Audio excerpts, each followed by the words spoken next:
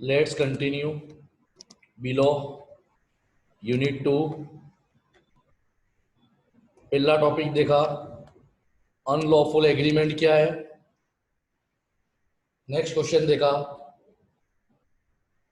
Factor या तो contract which are opposed to public policy. अब जाते हैं नेक्स्ट टॉपिक पे, discharge of contract. Examination point of view के लिए सबसे आईएमपी क्वेश्चन है फाइनल एग्जाम के लिए। 100% आएगा, 10 मार्क्स से 15 मार्क्स में। चलिए शॉर्ट नोट भी पूछ सकते हैं। डिस्चार्ज ऑफ कॉन्ट्रैक्ट, क्वेश्चन समझो। How contract comes to an end, उसको बोलते हैं डिस्चार्ज। कौन से तरीके से तुम कॉन्ट्रैक्ट खत्म कर सकते हो, या अपना जो एग्रीमेंट और कॉन्ट्रैक्ट हुआ है वो खत्म होता है। देखते हैं meaning. Discharge of contract means end और termination of contractual relationship between all the parties. A contract is said to be discharged when it cease to operate. Cease to operate का मतलब खत्म हो जाना, जिसका एक्टिविटी जहां पे दोनों पार्टी की जिम्मेदारी खत्म हो जाती है। Once a contract comes to an end, the rights and duties created by it also comes to an end. सीधी बात है, जैसे ही कॉन्ट्रैक्ट खत्म, हर इंसान कॉन्ट्रैक्ट से बंधा हुआ अपनी जिम्मेदारी से मुक्त हो जाएगा। When the duties of all party come to an end, they become free from the liability. This is known an end or termination or discharge of contract. यानी लोग अपनी जिम्मेदारी से छुट्टे हो जाते हैं, अपनी अपनी रिस्पॉन्सिबिलिटी से, ऑब्लिगेशंस, लायबिलिटी से छुट्टे हो जाते हैं। उसको बोला जाता है discharge of contract, termination of contract और एंड ऑफ कॉन्ट्रैक्ट। अब देखते हैं कौन से तरीके से कॉन्ट्रैक्ट खत्म होता है। ये इंडिविजुअल शॉर्ट नोट में भी आ सकता है, कि जैसे एग्जांपल क्या पूछ सकते हैं शॉर्ट नोट के तौर पे, explain discharge of contract by the way of performance. तो आपको पहला पॉइंट लिखना है, explain discharge of contract by mutual contract या एग्रीमेंट, म्यूचुअल कंसेंट, तो नीचे वाला पॉइंट लिखना है। ऐसे अलग अलग भी शॉर्ट नोट में पूछ सकते हैं, बट जनरली 10 से 12 मार्क में बिग क्वेश्चन ही आता है। देखते हैं various modes of discharge of contract. तो पहली है बाय परफॉर्मेंस। बाय परफॉर्मेंस का मतलब क्या होता है, when party to a contract perform their duty under a contract within a specific time in a systematic manner और a predetermined terms, the contract come to an end by performance. यानी जहां पे contract के related जिसको जो duties दी थी, जो काम दिया था, वो अपना काम परफॉर्म कर देता है, तो ऑटोमेटिकली उसको बोला जाएगा discharge of contract by performance. अब परफॉर्मेंस दो प्रकार के होते हैं, number 1 actual performance, number 2 attempted performance. Actual performance का मतलब क्या होता है, जहां पे दोनों पार्टी ने अपनी जिम्मेदारी पूरी कर दी। मैं एक एग्जांपल दूंगा। आप लोगों ने मुझे फी पे कर दी, मैंने आप लोगों का सिलेबस पूरा कर दिया, आपको मटेरियल प्रोवाइड कर दिया, यानी मैं भी मटेरियल प्रोवाइड करके छुट्टा हो गया, आप लोग भी फी पे के छुट्टे हो गए। यहाँ पे दोनों पार्टी ने अपना काम पूरा कर दिया है, उसको बोला जाता है actual performance. When both the parties perform their promise, they become free from their obligation, that is liability. So contract comes to an end. Example in a contract of sale, जब तुम माल बेचते हो तो सेलर ने जैसे ही माल बेचा और खरीदार ने जैसे ही पेमेंट करा, ऑटोमेटिकली कॉन्ट्रैक्ट खत्म हो गया, उसको बोलते हैं एक्चुअल परफॉर्मेंस। दूसरा आता है अटेम्प्टेड परफॉर्मेंस, इसको टेंडर बोला जाता है। 2.5 मार्क्स में पूछा जा सकता है अटेम्प्टेड परफॉर्मेंस क्या है। तो पहले टेंडर समझते हैं। टेंडर का मतलब क्या होता है, आप लोग गवर्नमेंट टेंडर भरते हो ना, एग्जाम्पल के तौर पे सुना होगा। तो टेंडर भरना इसका मतलब ऐसा नहीं आपका कॉन्ट्रैक्ट हो गया ना, आपने अपनी जिम्मेदारी पूरी कर दी। क्लियर? जैसे tender means an attempt to perform the contract. Sometime the promiser attempt to perform his duty under contract at proper time and proper place, but the promisee यानी सामने वाला does not accept his performance. This is known as attempted performance or a tender. यानी प्रोमिसन ने अपनी जिम्मेदारी अपना कार्य पूरा कर दिया, सामने वाले ने उसको ना बोल दिया। जैसे अपने टेंडर भरते हैं तो ऐसा जरूरी नहीं कि हमारा ही टेंडर खुलेगा, टेंडर किसी का भी खुल सकता है जिसके टर्म्स एंड कंडीशन, जिसकी प्राइस, जिसका कोटिंग अच्छा होगा, गवर्नमेंट उसको देगी। तो 50 लोग टेंडर भरते हैं, यानी 50 लोगों ने अटेम्प्ट तो किया है, मगर उसमें से सिर्फ एक ही जन का टेंडर खुलता है, उसी को कॉन्ट्रैक्ट मिलता है, तो उसको बोलते हैं अटेम्प्टेड परफॉर्मेंस। जिसको कॉन्ट्रैक्ट मिलता है उसको बोला जाता है एक्चुअल परफॉर्मेंस। क्लियर? ये तुम्हारा पहला पॉइंट कवर हो गया, discharge of contract by the way of performance. अब आता है सेकंड पॉइंट, बाय एग्रीमेंट और म्यूचुअल कंसेंट। म्यूचुअल कॉन्ट्रैक्ट नहीं है, सुधार लेना, सुधार लेना भाई, ये स्पेलिंग मिस्टेक है। म्यूचुअल कंसेंट, समझ में आया? इसको बोलते हैं म्यूचुअल कंसेंट। म्यूचुअल कंसेंट का मतलब प्रोमिसर और प्रोमिसरी की इच्छा के अनुसार। We know that contract is created by agreement. Similarly, it can be terminated also by an agreement or by consent of party. When all party agree to terminate the contract, a contract comes to an end. सीधा है, जहाँ कोई common है, contract agreement से बनता है।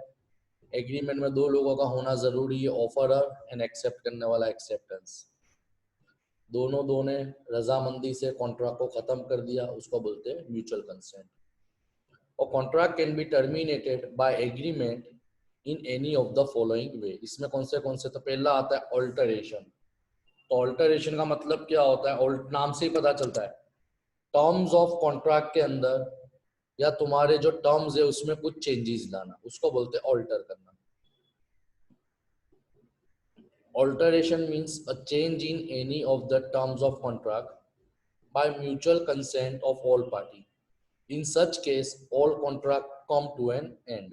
जूना contract खत्म हो जाएगा और ऑल्टर होने के बाद नया कॉन्ट्रैक्ट दो पार्टी के बीच में अवेलेबल हो जाएगा। एग्जाम्पल दिया हुआ है, suppose seller agree to deliver goods on 1st April instead of delivering on 1st March. Here the agreement to deliver goods on 1st March comes to an end and new contract to deliver good on 1st April come into existence. Clear? Alteration क्या है? Alteration means terms of contract में कुछ changes करना। दूसरा आता है rescission, RES spelling बराबर है, इसका मतलब होता है कैंसलेशन और रिजेक्शन। जैसे रेस्टिशन मीन्स रिजेक्शन और कैंसलेशन ऑफ ऑल, या तो पूरा कॉन्ट्रैक्ट कैंसिल कर देना या उसमें से कुछ टर्म्स कैंसिल कर देना, और some of the term of contract. Alteration का मतलब चेंज करना, रेसिशन का मतलब कुछ कम करना या खत्म कर देना। रेसिशन में occur in the following way, by mutual consent all party may agree to रेस्क्रीन और रिजेक्ट द कॉन्ट्रैक्ट, जहाँ पे दो रेडी हो जाते हैं। और number 2, when one party fail to perform a contract, the other party, सीधी बात, अगर मैं अपना काम नहीं करूंगा तो ऑटोमेटिकली सामने वाला अपना कॉन्ट्रैक्ट रिजेक्ट कर देगा। क्लियर? किसको बोला जाता है? रेस्टिशन। क्लियर? Point number 3, रेमिशन। देखो नाम एक जैसे ही है मगर सबके काम अलग अलग है। रेमिशन का मतलब क्या होता है कि टू एक्सेप्ट लेस। रेसिशन में क्या था? ऊपर वाले में कुछ कैंसिल कर देना या पूरा कॉन्ट्रैक्ट कैंसिल कर देना, मगर रेमिशन का मतलब टू एक्सेप्ट लेस परफॉर्मेंस। कैसा परफॉर्मेंस? Less performance. जैसे मैं बेस्ट एग्जांपल देता हूँ, लास्ट टाइम मैंने बोला था भाई आपकी फी 14,000 थी, 12,500 एग्जांपल के तौर पे, 12,500 आपकी सेकंड ईयर की फी थी, तो मैंने आपको ऑफर कर दिया बेटा जाओ आपके 1,500 रुपये माफ, यानी 12,500 के बदले मैंने डायरेक्टली आपसे 11,000 ले लिए। क्लियर? इसको बोलते हैं रेमिशन। Remission means to accept less performance. For example, he has to recover 1,000 from me, but if we agree to accept less payment, say 70 in full payment, here original contract of say 1,000 comes to an end and new contract of 700 come into existence. Clear? ये हुआ रेमिशन। चौथा आता है notation. Notation का मतलब क्या होता है? It is one type of substitution. Substitution, replacement. Notation means substitution or replacement of new contract for original contract. Such new contract may be between same party or different party, कुछ भी हो सकता है। जैसे एग्जांपल लेते, अपने book के नहीं पढ़ेंगे, प्रैक्टिकल बताता हूँ भाई। जिस लोगों की सेकंड ईयर की फी, कोई की 1500 बाकी है, कोई की 2000 बाकी है, कोई की 3000 बाकी है, कोई की 1000 बाकी है, तो मैंने क्या बोला, नोटेशन का मतलब, तो नोटेशन का मतलब मैंने क्या बताया कि भाई टीवाई की फी सपोज तुम्हारी 12,000 है कोरोना के लिए, एक्चुअल फी 14,000 है, पर एज्यूम करो तुम्हारी फी 12,000 है, तो नोटेशन का मतलब क्या होता है कि भाई जिसकी लास्ट ईयर की 1000 रुपए फी बाकी है उसको टीवाई में 13,000 देना है, जिसने एसवाई के 2000 बाकी है उसको टीवाई में 14,000 देना है, जिसके लास्ट ईयर 6,000 बाकी है उसको इस साल 18,000 देना। इसका मतलब नोटेशन यानी जूना कॉन्ट्रैक्ट खत्म हो गया, कुछ नया कॉन्ट्रैक्ट, कुछ रिप्लेसमेंट या कुछ सब्सटीट्यूट को लाना, उसको बोलते हैं नोटेशन। क्लियर? ऑल्टरेशन का मतलब चेंजेस, रेस्ट्रिक्शन का मतलब एंड करना, रेमिशन का मतलब कुछ लेस एक्सेप्ट करना, नोटेशन का मतलब सब्सटीट्यूट ढूंढना। पांचवा आता है वेवर। वेवर का मतलब हाथ देख लो, अद्धर कर लेना, माफ कर देना। Waiver take place when party to a contract agree that they shall no longer be bound by the contract, है ना, हाथ अद्धर कर लेना कि अपना रिलेशन खत्म, अपना कॉन्ट्रैक्ट खत्म, जो लिया दिया था सब भूल जाने का, जो लेने का है वो भी भूल जाओ, जो देने का है वो भी भूल जाओ। Thus waiver means to forgo or to sacrifice the rights under a contract. Clear? मैं फी माफ नहीं करूंगा, जिसके सदका लेता हो, कोई जकात लेता हो तो एडजस्ट कर दूंगा मैं, वेवर। पांचवा आता है मर्जर, सॉरी दिल पे मत लेना। मर्जर, मर्जर का मतलब क्या होता है? When a right under unclear contract is merged with right of another contract, दो कॉन्ट्रैक्ट मिक्स कर दे, उसको बोलते हैं मर्जर। भाई मेरा वहां जो टीवाई बनेगा उसके साथ जो सीए करेगा, तो सीए की फी 20,000 है, टीवाई की फी 12,000 है, तो भाई जो दोनों करेगा उसको मैं 25,000 में पढ़ाऊंगा, मर्ज कर दिया। तो ये तुम्हारा हुआ पॉइंट नंबर 2, म्यूचुअल कंसेंट वाला। क्लियर? अब जाते पॉइंट नंबर 3 पे, बाय इम्पॉसिबिलिटी ऑफ परफॉर्मेंस। नाम से ही पता चलता है, when the performance of a contract become impossible due to some event और act of a party, it loses legal existence. यानी जो कॉन्ट्रैक्ट आप लोग कर रहे हो वो इम्पॉसिबल है। तो इम्पॉसिबल भी दो प्रकार का होता है, एग्रीमेंट करने के समय, एग्रीमेंट के बाद का। कि पहले जब एग्रीमेंट करा तब पॉसिबल था, एग्रीमेंट खत्म होने के बाद इम्पॉसिबल हो गया। देखते दोनों दो देखते। Impossibility existing eight the time of agreement, यानी जब एग्रीमेंट करा तभी वो कॉन्ट्रैक्ट संभव नहीं था, शक्य नहीं था, पॉसिबल नहीं था, तो इसको बोलते हैं impossibility at the time of making agreement. इसको बोला जाता है if performance of agreement is impossible at the time of formation, it is void. This is known as initial impossibility और प्री कॉन्ट्रैक्चुअल, यानी कॉन्ट्रैक्ट करने के समय या कॉन्ट्रैक्ट करने के पहले से इम्पॉसिबल था। Now the fact of impossibility may be known to the party or unknown। हो सकता है कि जब तुमने कॉन्ट्रैक्ट करा तो हो सकता है वो पार्टी को पता भी हो, दोनों दो को, या दोनों में से एक को पता हो, एक को ना पता हो। अपने इसमें 3 पॉइंट देखते हैं। पहला फिजिकल इम्पॉसिबिलिटी, बहुत अच्छा पॉइंट है, पढ़ो। When parties, both the parties, promisor and promisee, know about the impossibility at the time of agreement, promise करने वाले को और प्रॉमिस करवाने वाले को दोनों को पता है कि ये चीज शक्य नहीं है, तो उसको वॉइड ही बोलेंगे, वो कॉन्ट्रैक्ट बनेगा ही नहीं। वॉइड का मतलब पहले से गलत है। एग्जांपल पढ़ लो, ए बोलता है मैं तेरी मरी हुई वाइफ के अंदर जान डाल दूं, ये एग्रीमेंट पॉसिबल है नहीं, इम्पॉसिबल है। क्लियर? ऑटोमेटिक कॉन्ट्रैक्ट बनेगा ही नहीं।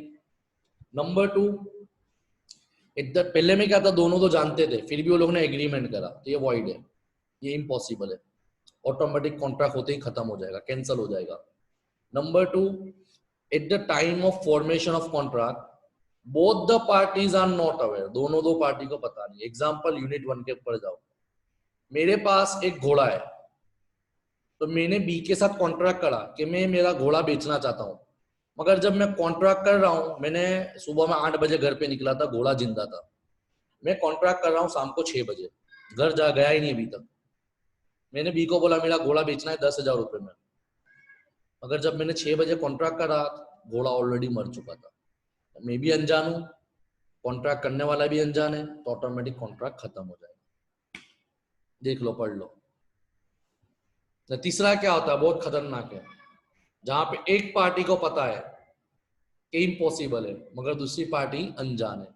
When promisor alone know the impossibility of performance, he must compensate for loss suffered by the promisee due to non-performance of promise. Example: A is already married with C, but even then he contract to marry B.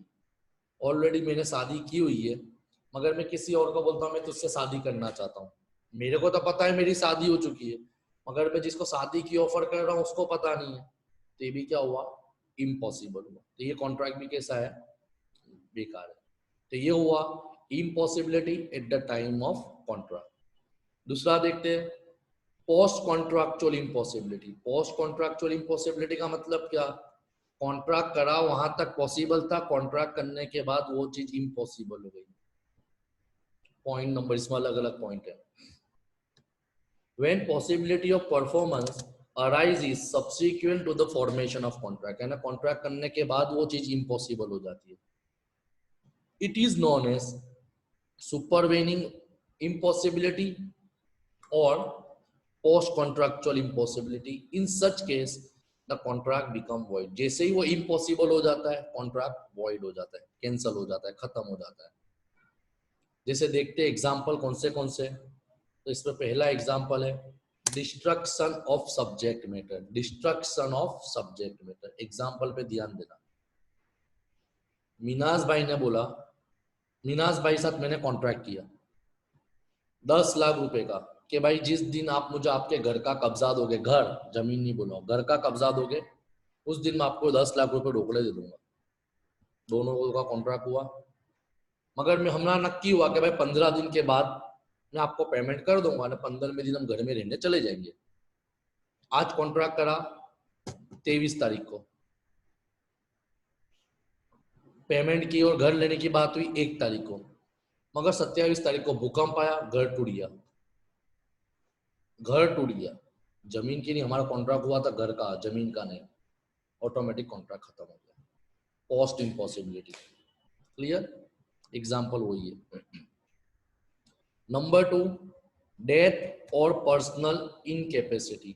अगर तुम्हारा कोई contract उसकी person की skill पे depend करता है, person की skill पे डिपेंड करता है, तो ऑटोमेटिकली कॉन्ट्रैक्ट डिस्चार्ज हो जाएगा।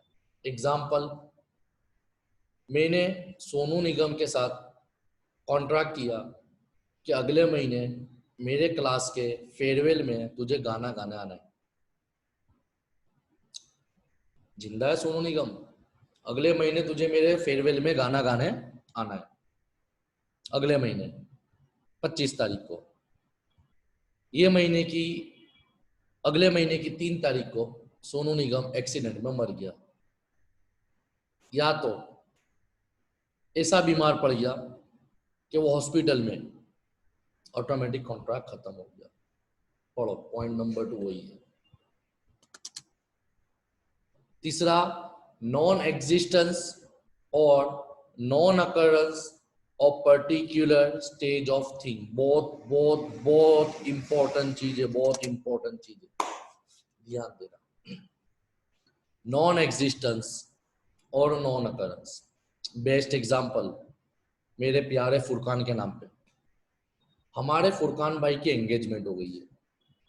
एग्जाम्पल पे ध्यान देना, फुरकान भाई भी नॉर्मल है, लड़की भी अल्हम्दुलिल्लाह नॉर्मल है, दोनों दो नॉर्मल है। तो इनके घर वालों ने मंगनी कर दी, ने ऐसा नक्की करा कि आते साल फुरकान भाई का ग्रेजुएशन खत्म हो जाएगा तो हम इनकी शादी करा देंगे। कॉन्ट्रैक्ट हो गया, समझना, बहुत अच्छी पॉइंट है। आते साल हम शादी करा देंगे। फुरकान भाई दिवाली में पागल हो गए। कोई पागल लड़की किसी के साथ शादी करेगी क्या? फुरकान के पेरेंट्स फुरकान की फियांसी पे प्रेशर करेंगे? प्रैक्टिकल लो, हंसने की बात नहीं है। न किसी को खराब लग रहा हो तो आई एम एक्सट्रीमली अपोलोजाइज, ये सब्जेक्ट ही ऐसा है, तुमको प्रैक्टिकल उतारना पड़ेगा क्या बोलना चाहता है। तो क्या हुआ, नॉन एग्जिस्टेंस के जब मंगनी हुई थी दोनों दो नॉर्मल थे, मगर जब तारीख आ रही है तो अब एक पार्टी एबनॉर्मल हो चुकी है, अनसाउंड माइंड हो चुकी है, कॉन्ट्रैक्ट नहीं चलेगा। Clear. Point number 4, change of law, कायदा बदला गया। जैसे एग्जाम्पल के तौर पे बात करें, बेस्ट एग्जाम्पल के तौर पे बात करें, जैसे अभी आसान धारा का मुद्दा चल रहा है कि कोई मुस्लिम हिंदू इलाके में नहीं जा सकता, कोई हिंदू मुस्लिम इलाके में गन नहीं ले सकता। अभी कायदा आया है, तो कायदा नहीं आया था तो हमने कॉन्ट्रैक्ट किया था। अब जब रहने की बात आई, पोजीशन की बात आई, दस्तावेज की बात आई, गवर्नमेंट का कायदा आ गया आसान धारा का, तो ऑटोमेटिकली पुराना कॉन्ट्रैक्ट ऑटोमेटिकली खत्म हो गया। Clear. Point number 5, declaration of war. ये तो मैंने ऑलरेडी बता दिया, एलियन एनिमी पहले यूनिट में भी पढ़ा है, ये यूनिट में भी शुरुआत में पढ़ा एलियन एनिमी। पाकिस्तान साथ कॉन्ट्रैक्ट किया था, चाइना के साथ कॉन्ट्रैक्ट किया था, अब उनके साथ युद्ध हो गया। तो जब तक माहौल नॉर्मल नहीं होता वहां के सब कॉन्ट्रैक्ट सस्पेंड कर दिए जाएंगे या कैंसिल कर दिए जाएंगे। तो ये हुआ इम्पॉसिबिलिटी। अब इम्पॉसिबिलिटी की इफेक्ट देखो, अलग अलग है। When the performance of contract become impossible after the contract become void, contract automatically खत्म हो जाएगा, वॉइड हो जाएगा, गलत हो जाएगा। When promisor alone know the impossibility, जैसे मैंने बताया था ऊपर कि मेरे को मालूम है कि मेरी शादी हो चुकी है, मगर मैं किसी और को भी शादी के लिए अट्रैक्ट करता हूँ, राजी करता हूँ, तो जितना भी वो सामने वाली लड़की का नुकसान हुआ है सब कॉम्पेंसेट मुझे देना पड़ेगा। पॉइंट नंबर 2 ये बोलता है। सेम कंडीशन मैंने आसान धारा वाला बताया, कायदे वाला बताया, अलग अलग ऊपर रूल्स बताया, तो वही चीज है। रूल्स चेंज होता है, इम्पॉसिबल हो जाता है। जैसे मीनाज भाई का 10 लाख का मकान लेने की बात की थी मैंने ऑलरेडी 2 लाख रुपए एडवांस दे दिए थे। अब भूकंप आ गया, मकान टूट गया, कॉन्ट्रैक्ट कैंसिल हो गया, तो मीनाज भाई को 2 लाख मुझे रिटर्न करने पड़े। ये होता है इफेक्ट ऑफ इम्पॉसिबिलिटी। क्लियर। हाँ, मगर ये चीज बहुत बड़ी है, impossibility of performance not an excuse, short note में पूछा हुआ है। जैसे कितने लोग नहीं बोलते कि भाई ये अशक्य है, तो अशक्य के भी ऊपर अपने पड़े वो चीज को अशक्य बोलते हैं। मगर ये कॉन्ट्रैक्ट बहुत अघरा है, हमारा नफा कम हो जाएगा, सामने वाले ने लोन पास नहीं करी, तो इससे सब कारण को इम्पॉसिबल में इंक्लूड नहीं किया जाता। देखो देखते, impossibility of a performance as a rule is not an excuse for non-performance of contract. In the following cases of contract is not discharged, अब नीचे जो पढ़ा रहा हूं वो सब इम्पॉसिबल है, अगड़ा है, मगर कॉन्ट्रैक्ट खत्म नहीं होगा, सामने वाले को इंटरेस्ट के साथ देना पड़ेगा। कौन से पॉइंट है, तो पहला आता है डिफिकल्टी ऑफ परफॉर्मेंस, कि भाई कॉन्ट्रैक्ट बहुत अगड़ा है मेरे लिए, तो भाई अगड़ा करा क्यों था, अब भुगतो। दूसरा आता है कॉमर्शियल इम्पॉसिबिलिटी। कॉमर्शियल इम्पॉसिबिलिटी का मतलब क्या, जब मैंने बेचने का सोचा तब कीमत 10 लाख बोली थी, मगर जब एक्चुअली बेचने गया तो कीमत मेरे को पता चली भाई 10 नहीं 15 हो गई है, तो मैं बढ़ा नहीं सकता भाई, कॉन्ट्रैक्ट हो चुका है। Clear. Default of third party, जैसे एग्जांपल, जैसे मीनाथ भाई को मैंने बोला था कि 1 तारीख के दिन तेरे को दूसरा 8 लाख दे दूंगा, तेरा मकान पे रहने आ जाऊंगा, मगर मैंने क्या आप सोच के बोला था कि बैंक वाले मेरे को 3 लाख रुपए देने वाले, या कोई पार्टी मुझे 3 लाख देने वाली, तो मैं पैसे देके उसको छुट्टा कर दूंगा। अब वो पार्टी डिफॉल्ट हो गई तो मीनाज का क्या लेना देना, मीनाज तो बोलेगा भाई 10 लाख दो, वरना 2 लाख भी भूल जाओ, हमारा कॉन्ट्रैक्ट खत्म हो गया। क्लियर। फेलियर। क्लियर। ये तुम्हारा तीसरा पॉइंट हुआ। अब आता है चौथा पॉइंट, है तो इजी पॉइंट है, बहुत इजी पॉइंट है, बाय ऑपरेशन ऑफ लॉ। जैसे नंबर 1, ये पॉइंट नंबर 4 है, पहला था परफॉर्मेंस, दूसरा देखा हमने क्या देखा, mutual consent of both party, impossibility, चौथा था ऑपरेशन ऑफ लॉ, यानी कायदा क्या बोलता है, तो कायदा डेट ऑफ प्रॉमिस सीधा बोलता है कि जो इंसान ने प्रॉमिस किया था वही इंसान मर गया तो कॉन्ट्रैक्ट ऑटोमेटिकली खत्म हो जाएगा। बाय मर्जर, ऊपर पढ़ चुके, मर्ज हो जाना। बाय इंसॉल्वेंसी, जिसके साथ कॉन्ट्रैक्ट करा था वो कंगाल हो गया, नादाल जाहिर हो गया, लुक्खा जाहिर कर दिया गया, ऑटोमेटिक कॉन्ट्रैक्ट खत्म, क्योंकि ऑलरेडी अपने पढ़ा था किसके अंदर, यूनिट 1 लास्ट टॉपिक में, डिस्क्वालीफाई बाय लॉ में। नंबर 3, 4 बाय अनऑथोराइज ऑल्टरेशन, कि तुमने कॉन्ट्रैक्ट में ऑल्टर करा, चेंजेस पॉसिबल है, मगर चेंजेस के लिए भी क्या बात है, जब दोनों पार्टी की कंसेंट हो, इच्छा हो, मगर तुम अपने हिसाब से जो ऑल्टर करते जाओ, अपने हिसाब से बदलाव लाते जाओ, अपने हिसाब से चेंजेस लाते जा रहे हो, नहीं चलेगा। क्लियर? ये तुम्हारा चौथा पॉइंट हुआ। पांचवा पॉइंट आता है ब्रीच ऑफ कॉन्ट्रैक्ट। इस पे तो पूरा क्वेश्चन आएगा नीचे, यही सिलेबस में यूनिट 1 में, कि ब्रीच ऑफ कॉन्ट्रैक्ट क्या है। ब्रीच का मतलब तोड़ना। एग्जाम्पल, F5 मैंने चलाया, जो बच्चे मेरे वहां 11 से पढ़ रहे, कितने बच्चे 12 से पढ़ रहे, कितने बच्चे फर्स्ट ईयर से पढ़ रहे। सर तो फी के मामले में थोड़े लबाड़ है, चला लेते, मगर मैंने TY में इस साल पे ले बोल दिया भाई बहुत लंबे पोस्ट लॉस में हूँ, मैं 1 रुपए का भी कॉम्प्रोमाइज नहीं करूंगा, आपको फी टाइम टू टाइम पे करनी पड़ेगी, वरना आप दूसरा ऑप्शन ढूंढ लो। तो ब्रीच ऑफ कॉन्ट्रैक्ट का मतलब क्या होता है कि अगर सामने वाला अपनी एक्टिविटी परफॉर्म करने में नाकाम रहता है तो इसको बोलते हैं ब्रीच। मींस उसने टर्म्स तोड़ा। जैसे मैं 2 महीने से पढ़ा रहा हूं, 2 महीने से मैंने अभी तक सिर्फ तुम्हारे पास से 3500 रुपये मांगे, उससे जैसे 7-8 हजार नहीं मांगे, 3500 नहीं दे रहे। मैंने कल तुमने देखा होगा TY BCom फीस पेड नवा ग्रुप बन गया, जो नहीं दे रहे उनको ग्रुप में रखा ही नहीं, भाई तुम लोग ग्रुप में एंजॉय करो, अब जो लेक्चर्स है, जो इन्फॉर्मेशन है वो नवे ग्रुप में शेयर होगी। तो वही चीज है breach of contract. Breach of contract means refusal और failure to perform a contract. तुम फी नहीं दोगे, मैं पढ़ाऊंगा नहीं तुमको। When one party fail or refuse to perform his duty without any lawful reason, it is called, मैं lawful reason बता रहा हूँ भाई, मेरी पोजीशन खराब है तो मेरे को ये करना पड़ रहा है। बाकी तुम लोग 11 से पढ़ रहे हो, कोई 12 से पढ़ रहा है, कोई F5 से पढ़ रहा है, मैंने कभी किसी को फीस के लिए फोर्स नहीं किया। सर प्रॉब्लम है, हाँ भाई बाद में दइयो। हमारे सोनू साहब पूरी SY की फी बाकी थी, जेन्युइन प्रॉब्लम था उसका, मिला मेरे को। समीर साहब, हमारे परवेज साहब है, फुरकान साहब है, नौमान साहब है, फी बाकी है भाई, जेन्युइन प्रॉब्लम है, मैंने चला लिया है, मगर अब मेरा भी प्रॉब्लम है, अब तुमको भी चलाना पड़ेगा।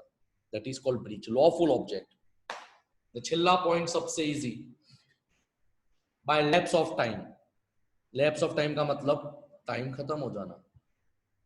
भाई जो फीस देगा उसी को मैं क्लास में बैठने दूंगा, जो 3500 रुपये भर देगा वही लोग रेगुलर प्रैक्टिकल क्लास में एंटर होगे, वरना उनको एंट्री नहीं मिलेगी।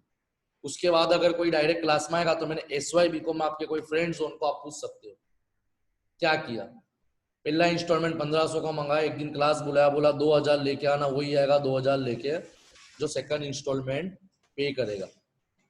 जिन्होंने 1500 का पेमेंट किया था they are allowed to attend the class, and the person who has not paid the 1500 they are bound to pay 2000 and attend the class, only one lecture.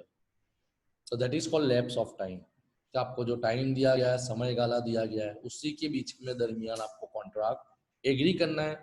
अगर वो टाइम चले जाता है ऑटोमेटिकली कॉन्ट्रैक्ट टाइम के मुताबिक discharge हो जाएगा। Unit 1 में टॉपिक पढ़ा हुआ है, यहाँ पे अपना लेक्चर नंबर 3 यूनिट 2 का ओवर होता है।